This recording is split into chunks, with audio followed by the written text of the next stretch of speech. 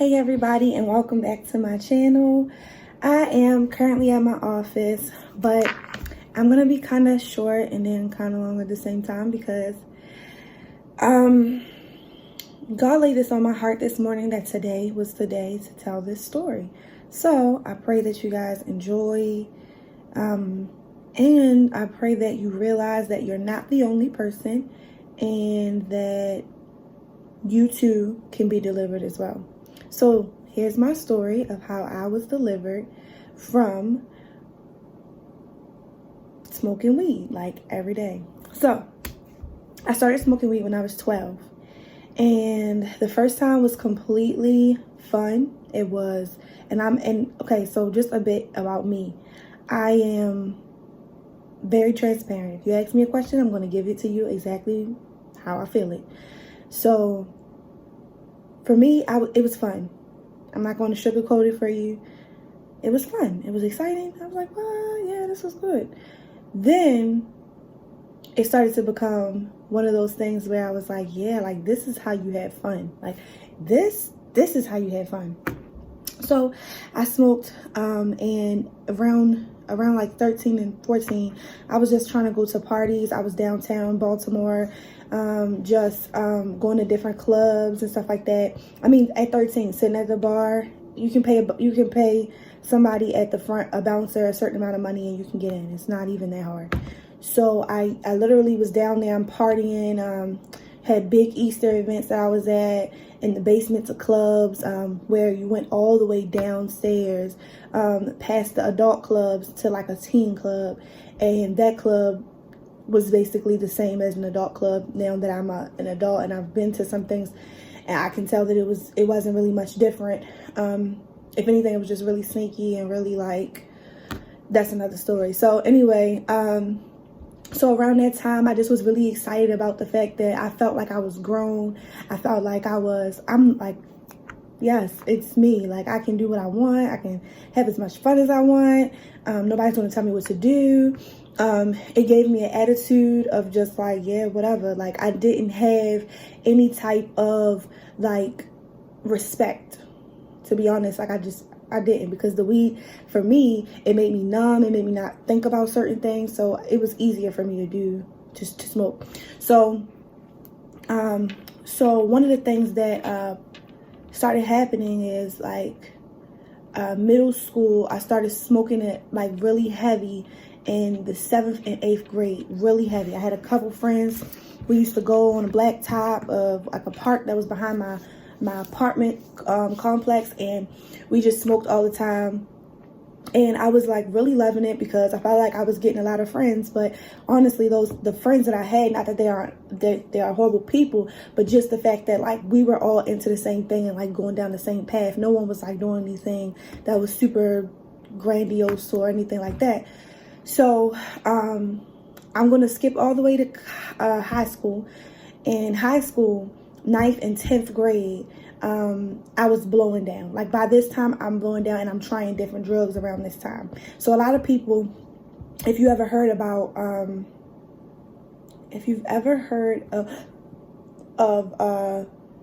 that weed is a gateway drug, my mom had found out about it, and she would tell me all the time, Morgan, weed is a gateway drug. You're going to try to do other things. You're going to try to do all these other stuff. And I was like, no, I'm not. Like, I'm not like that. I am clear on what I want to do. What I want to do is smoke weed, and that's it. I'm not trying to do anything crazy. I just want to do that. And so she kept telling me, she had me watch a movie, and I can't remember for the life of me what that movie is called right now, but I can't remember what it was called. But this movie, basically, it was a guy started on weed, and then he like traveled on and started doing some other stuff. Around this time of me being in high school, I had went to my other family side, which was in Virginia. And when I went down there, I used to smoke a lot as well with all of my family and stuff like that. Not all of them, like some of my family members or whatever. And I had a crazy experience, weird, wicked experience. And I'm giving this experience because I want people to realize that weed is a drug, essentially. Like that is exactly what it is. So nowadays we keep saying that you can't get addicted to it, that you can't you won't feel like you need it and stuff like that. Like, you could do it when you want to. But for me, and I'm speaking honestly because I've been around other people who smoke, and we always try to downplay what it does for us. So I'm not going to downplay what it was. So I remember I was with my friends, and I'm with my cousins, actually. Sorry, not my friends. I was with my cousins, and we were sitting around this like park bench thing, and somebody was showing us how you can smoke the weed from out of a bottle. And so everybody's smoking, and I've been high before, so it wasn't nothing new. It was just like you getting high. But then out of nowhere, sorry, because I'm at work, had to answer the phone. So where was I? So I was just talking about how we're around there, we're smoking this weed, and I wasn't like totally oblivious to what happens when you smoke. And we smoke out of this bottle, and I'm like really high. So in this experience right here, this is when I knew that God started pointing at parts of me and started pulling things and making me see things. But this weed that we had in particular was off. It was like way off. And I started flipping out.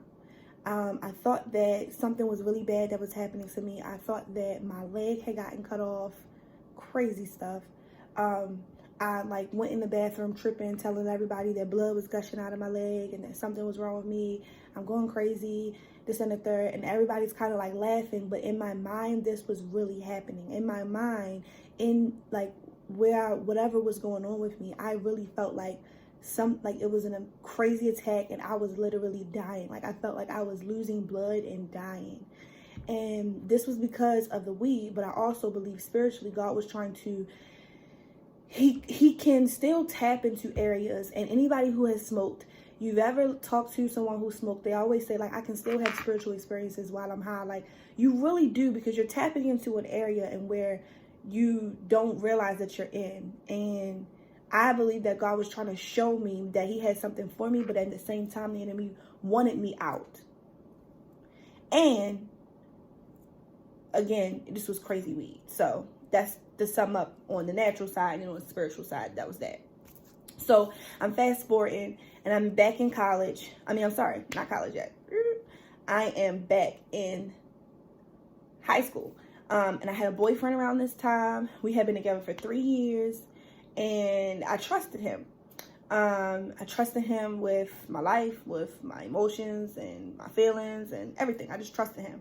And I know that he was at the time dealing or doing some things or whatever with drugs, dibbling, dabbling, and we smoked together. Sometimes we didn't smoke together, whatever.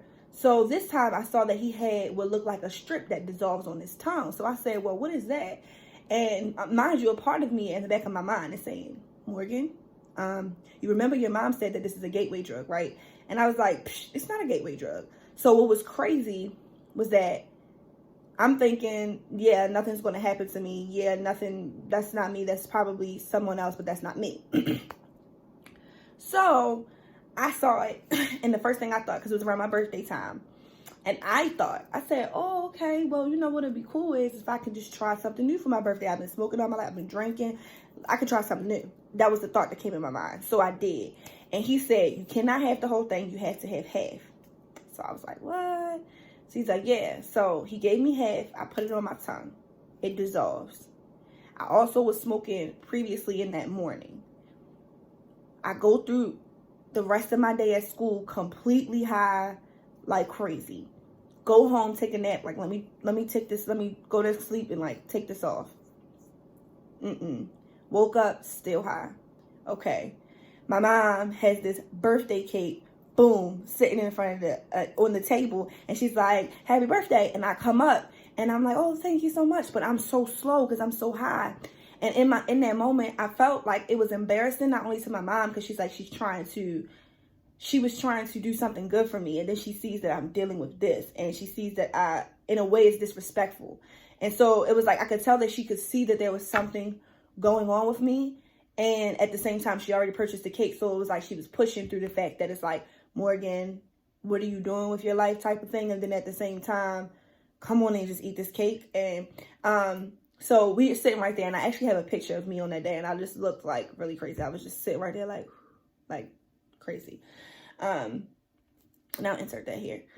But I literally was not okay, really. Like, there was a lot of things that I was dealing with inside and internally, and some other things that happened around that time that I won't say forced this to happen, but it just made it easier to do.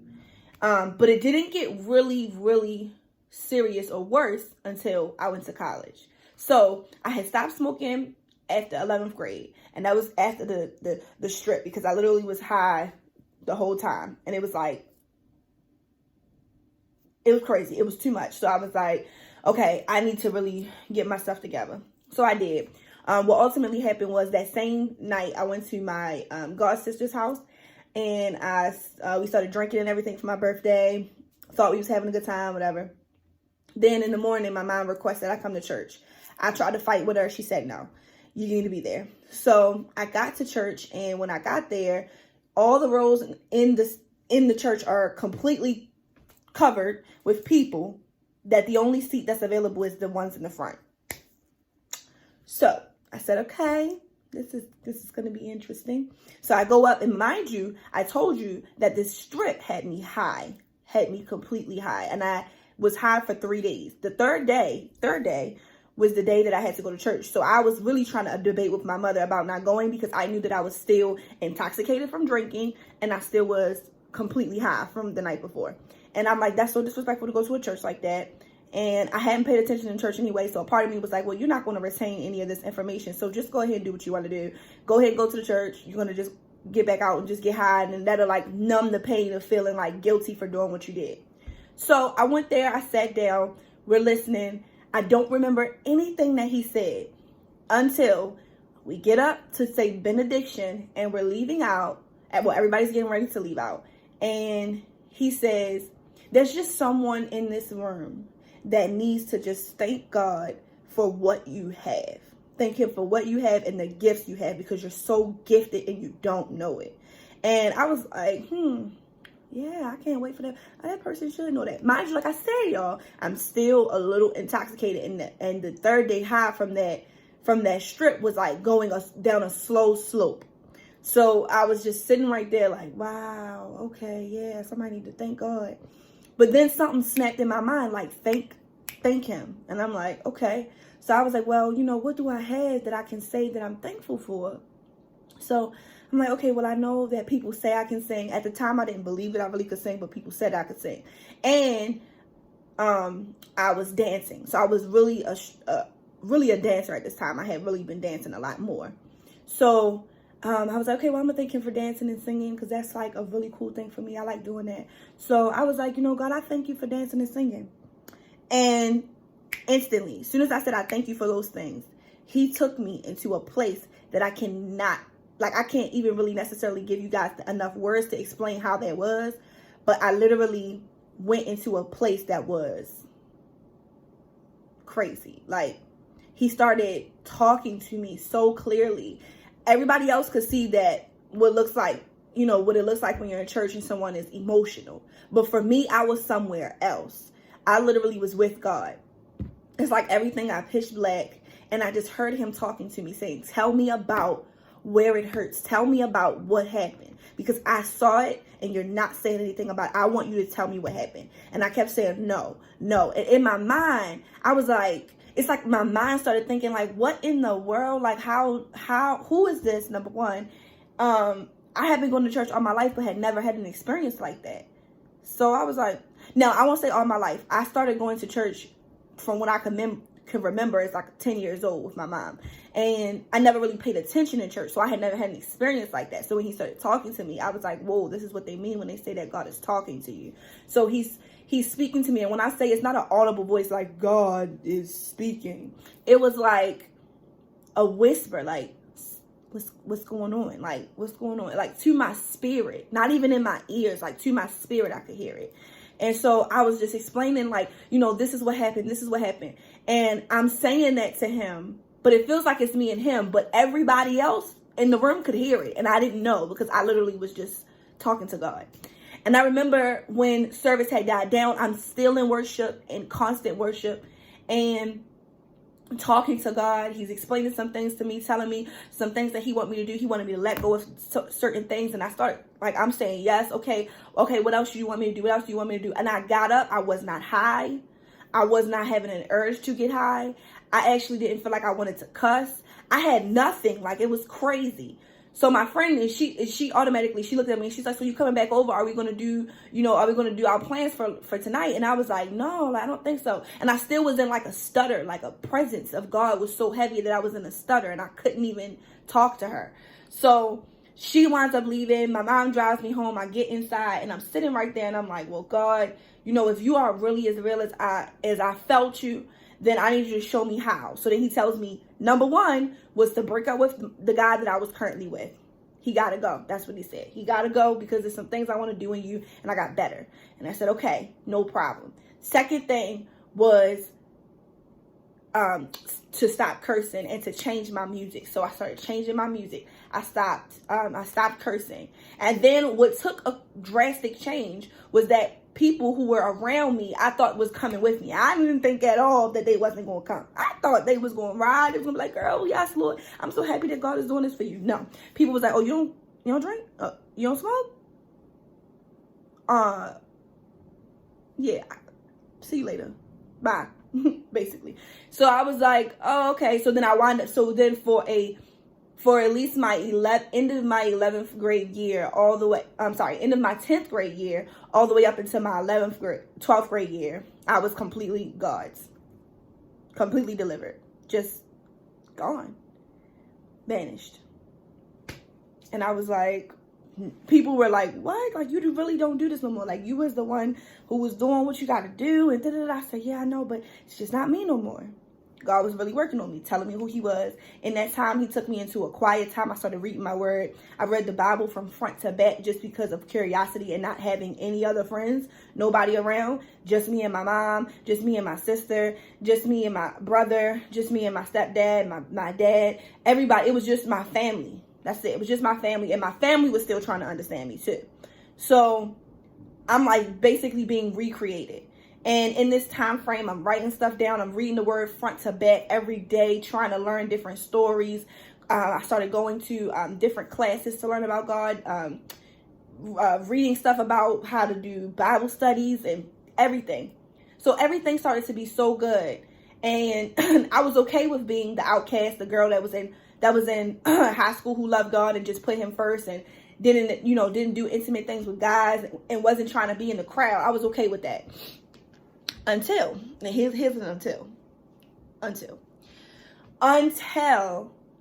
got to college. Something happened. I got to college and I'm sitting in my dorm and people who I went to high school with were there. And they said, are you going to just sit here and read your Bible? I was watching CNN. I kept trying to see what was going on in the world because God was trying to show me something at the time that now I'm getting caught up with from 5 years ago. Crazy. So here's where I say that although you are delivered, you must maintain your deliverance. Okay? There is a strategy. Once he delivers you from something, you do still have to maintain it. And the way you maintain it is by staying before God, having a group of people who will hold you accountable to doing what God said. And I did not have any of that. It was just me and God. God hadn't necessarily sent in my mind people to me that I could trust, rely on, who was really devout in what they were doing, who were serious about it and wasn't trying to either like pimp my gift. Because a lot of the time, like I've been a person who I can stand in a room and God will begin to show me or reveal some things to me. And, it's considered a prophetic gift. And I was feeling like people were trying to pimp that. And so those friends started to get removed around that time period. And so I didn't necessarily have anyone who was serious about God at the time.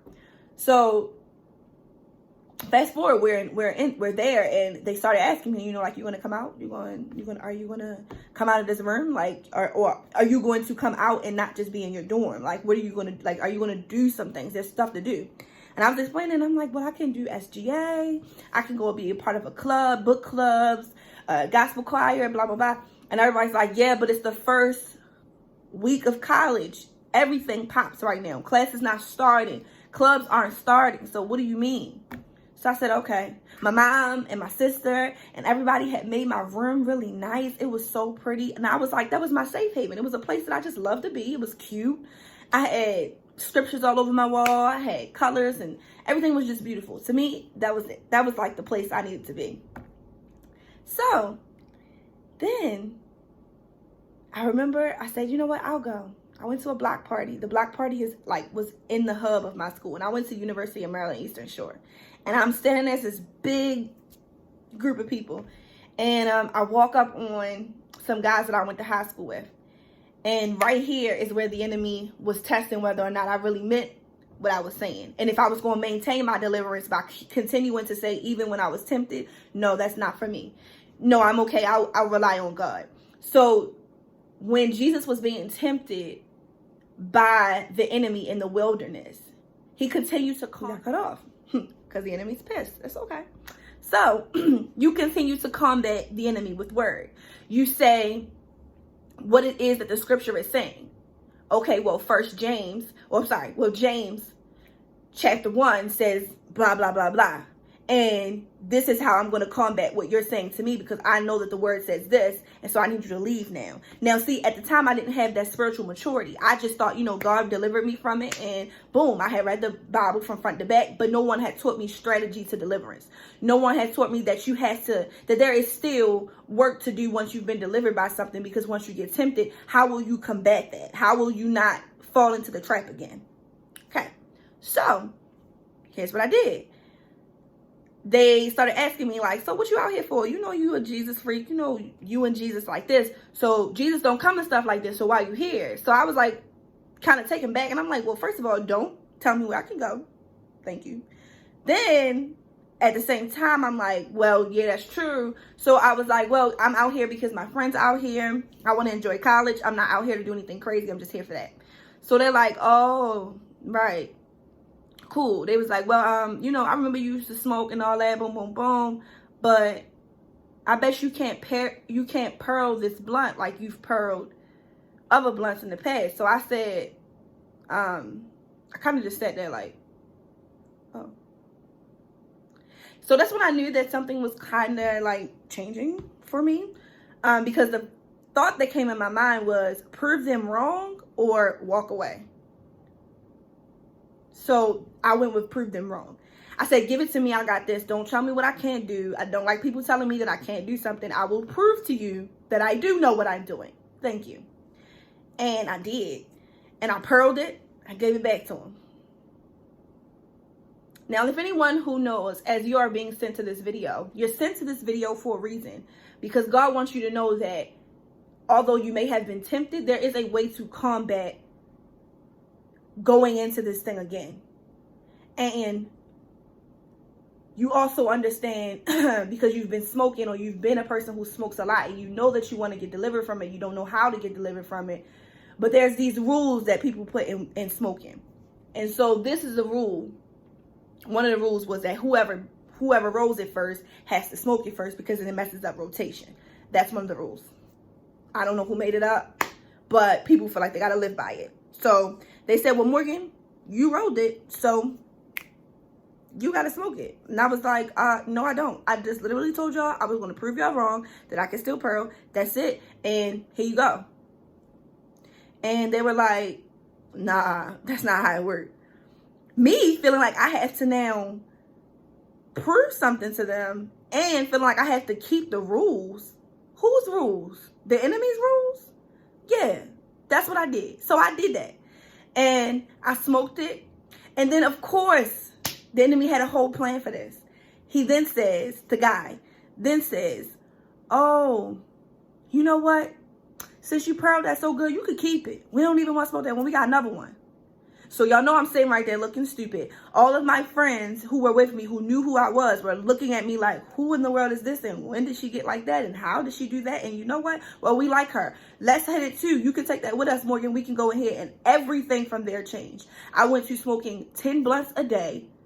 I'm not exaggerating this. I had at least 3 rolled up in the morning, 2 for the afternoon, 3 for the nighttime. And then if I was sitting in a car with a friend, going to the market, going to Walmart, going anywhere and I'm going with people who smoke and they already had 2, somebody else already has 3, and everybody is doing this big cipher. Now I done smoked at least 10 to 15 blunts in a whole day. A whole day. So I was in a place where now I was feeling shame. I'm feeling like, you know, God, I know you delivered me from this a long time ago. Like, I don't even know why I'm here. I don't even know what I'm doing. I didn't mess with anybody on campus. I didn't mess with no guys. I literally was just smoking. It wasn't like somebody like brought that on me or anything. This was something that was like a temptation, and it was just crazy. So one night I had another experience where I'm walking, and I had another spiritual experience while I was high. And this time it wasn't crazy weed experience. This was God. It's like literally I started seeing angels standing in front of me, guard from like on another side, crazy demons trying to come in and get me. And I'm sitting right there like, oh Lord. And I was like, started calling like God's name. And they're like, people around me was like, what? And I'm like, y'all don't see that? The whole campus started having these weird spiritual experiences. People started feeling like they saw stuff moving, crazy stuff, because this campus literally was just smoking all the time. Everybody did it. It was like the whole campus is just like taken over by weed. It's sick. So we started having crazy experiences. One second. So the crazy experiences, they just, like I said, continue to happen over and over again. And I definitely heard God's call louder than ever. But in the meantime, I was still in some drama at the time. So I had to basically get through this drama. There was a huge fight that happened. And within this fight, I just was like, you know what? I got into the bathroom. My anger had taken over me in such a way where I realized like, okay, this was my moment of, okay, yeah, I gotta stop. So I looked at myself. I saw myself after the fight, and I surrendered to God on my bathroom floor. And I said, like on the floor, it was people banging on my door, trying to see me, trying to rile me up again to go out and fight. And it was one of my friends who were there at the time, and she leaned down, and I'm screaming to the top of my lungs in there at God saying, you know, I'm sorry, but like, why is all this happening? What is going on? Where are you? Like, I'm screaming. And she puts her hands on the sides of my ear, and she starts praying. And she just kept saying, peace, peace, peace, peace. That's all she kept saying. And it's like, as soon as she said it, every time she said it, my spirit just calmed down. Called my mom, explained it to her. The next semester, y'all, I was in gospel choir. I literally had just turned it all around and said, no, I'm not doing this no more. I started doing hair on campus, turned around, and I wound up coming back home and joining a church, and it was amazing. It wasn't a quick turnaround. It was one of those things that I had to continue to, not that I was still just smoking weed, but it was one of those things of getting rid of the urges.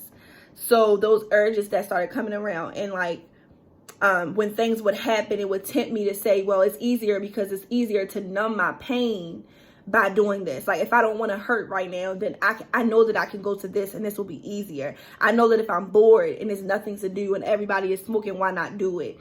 You know, if I'm just chilling and I don't feel like there's nothing wrong with it at all, I'm just going to do it. And the enemy literally was trying to combat me in my mind on like, this would be a better way of living than trying to live for God. And you have to feel all the pain that you're enduring. Like, you're enduring all this pain, and yet where are you getting satisfaction from? So I say that to say this. I don't care how you have to get delivered. Like, God will deliver you in the middle of you being high. He will deliver you when you are getting ready to go and touch a blunt in a car, and you like, you know what? I don't have an urge for it anymore. But you have to maintain it, because if you don't maintain it, it's so hard to shake it. But it's so hard to shake that feeling. But weed will literally, like, people do not want to admit that it's an addiction, but it's an addiction. It was nights where I did not eat anything at all because I didn't smoke, and I wouldn't be able to eat, or I would be throwing up because it's hard to smoke that much as I was and your stomach be okay. I was skinny as I don't know what, and I was loving my body, but it just felt like no matter what I ingested, I couldn't hold down unless I was high. I wasn't going to be hungry unless I was high. I couldn't go to an event, do anything unless I got high first. I was spending money that I just did not have at all. It cost at least upwards of $400 to $700 for me because of how much I smoke, at least every 2 weeks, because I'm smoking that much. And if you putting $5 here, $10 here, I started saving money in a jar. So what I'm telling y'all is that, number one, you can be delivered from this thing. If you maintain it, take a strategy, get scriptures, fight with it in prayer. Say, okay, God, I'm feeling this urge right now, but here's what your word says. Your word says this, that I can do all things through Christ that strengthens me. So if I can do all things in you, then while I'm in you, I'm going to surrender this to you, because right now this is what I'm feeling, and I need you to tell me what to do on how to get out of this. And so it's strategy. It is strategy. It is, okay, God, I'm ready to get rid of this thing. And so you sit down in front of your journal, you ask God to take you to some scriptures, you look up a word. You can go to YouVersion on your YouVersion Bible app. Search whatever word you're feeling. If you feel like you need strength, search strength. And every single scripture that has the word strength in it will show up. You write that down in your journal and you say, okay, he says that I am your strength in your time of need. I am this, or I'm Yahweh. I'm the beginning and the end. I can do whatever. When you see those things and then you start having those urges, those feelings, you just start to say, okay, I have this and I have that, and God says this and God says that. And so if he means that about me, then this right here cannot overcome me so much that I feel like I got to numb myself to do this. No, I don't have to. And I combat that with prayer. And I keep combating it with prayer. But it's a strategy to maintain your deliverance. And that is with anything. If you're being delivered from whatever, homosexuality, overeating, so like what they call that gluttonous. If you're just being delivered from shame, whatever it may be, you want to put that in perspective, because God desires that you be completely free. He desires that you know that you can now rely on him, because giving up this thing is now also giving up a God. It was considered an idol, and what we see an idol as. So maybe you're new to just God in general and you're like, okay, I don't understand idols and other, I get that it's another God other than this, but if it's only one God, then why is other gods? Here's what I mean by that. We have American Idol. Well, those are idols that they put up that we could then worship. And God is saying, don't worship them, don't worship him, don't worship her, don't worship that. And at the time, we was my God. That's what I went to for confirmation. That's what I went to for, okay, cool, I'm numb, so I'm gonna go to this. But God is like, what about me? I'm the one who created you. I'm the one that made it easier for you to be able to do what you're doing. I'm the one that made it easy for you to live on earth. So I'm the God that created the world. So if you got an issue, I know the person that you got an issue with. I can talk to them. I don't need you to go and do it. Really? So you just learn. You say, okay, well, look, I'm over here making weed a God. And the only God that can change my situation is God. So here's what I'm saying. You can be delivered. You can be set free. What you got to do, though, is you must combat that thing in prayer. Put together a strategy. Once he's delivered you from it spiritually, you are delivered from it if you believe it. But you got to believe it. You got to believe it. So that is my nature, is to encourage. My nature is to encourage. And I just wanted other people to understand and to know. There's so much to me. There's so much story. I couldn't even do a get to know me, because then the video would be at least 25 minutes, 30 minutes long. And y'all be like, dang, she just talking all of the. So I have to break this thing in pieces. So this is testimony number 1. And I'm just so excited that God delivered me, and that I can see, smell, and just look at that thing and never get that urge anymore, because I've now learned the strategy of being tempted, making mistakes, falling, being delivered over again, because, you know, literally I've had to go through the stages. So I understand that in transition, I must be transparent. It's my favorite saying now. Transparency and transitions is a season. And if you are right now in a place where you are in a transition and you know you want to give up some things, might not be weed, but it might be something else, and you want to transition, but you don't have anyone to be transparent with. You don't know how to be transparent with God. You don't know if God listening to you. You don't know what scriptures to even, like, what? Then what I want you to do is I want you to email me so that we can talk, because I think you need I think you need someone who will encourage you and remind you that you can really do this thing, and it doesn't have to be something that defeats you. So email me, find it in my link on my website, or you can find it in the links below here on YouTube. And just know that you're not by yourself. God's got you. He always had you, always will, and he will forgive you. He's not a God that will look at one person and say, yeah, I think I want them, and so I'm going to forgive them, but I'm not going to forgive her, or I'm not going to forgive him. He's going to forgive you. It's just making sure that you are not overcome by something that he's been delivered you from. And so how do we maintain it? So if y'all want me to do a video on maintaining deliverance, please put something in the comments below, or, something like that, so I can really put those things in perspective for you guys. And there's so many other stories that I can tell y'all about those experiences, but those are the ones that came to my mind first, and those are the ones that I believe are the most important for this video. That felt good to get off of me. And one day your story is going to feel that good too. You're going to just be able to say it. It's going to roll off, and you're going to say, wow, like, I'm really healed. I'm really healed. So, bro, sis, you can do this. You can do this. And you can trust him. Get a strategy. Put it together. Because God is ready, willing, able to heal you. So, again, follow me on all platforms, guys, so we can continue to encourage each other. And I love you all. Bye-bye.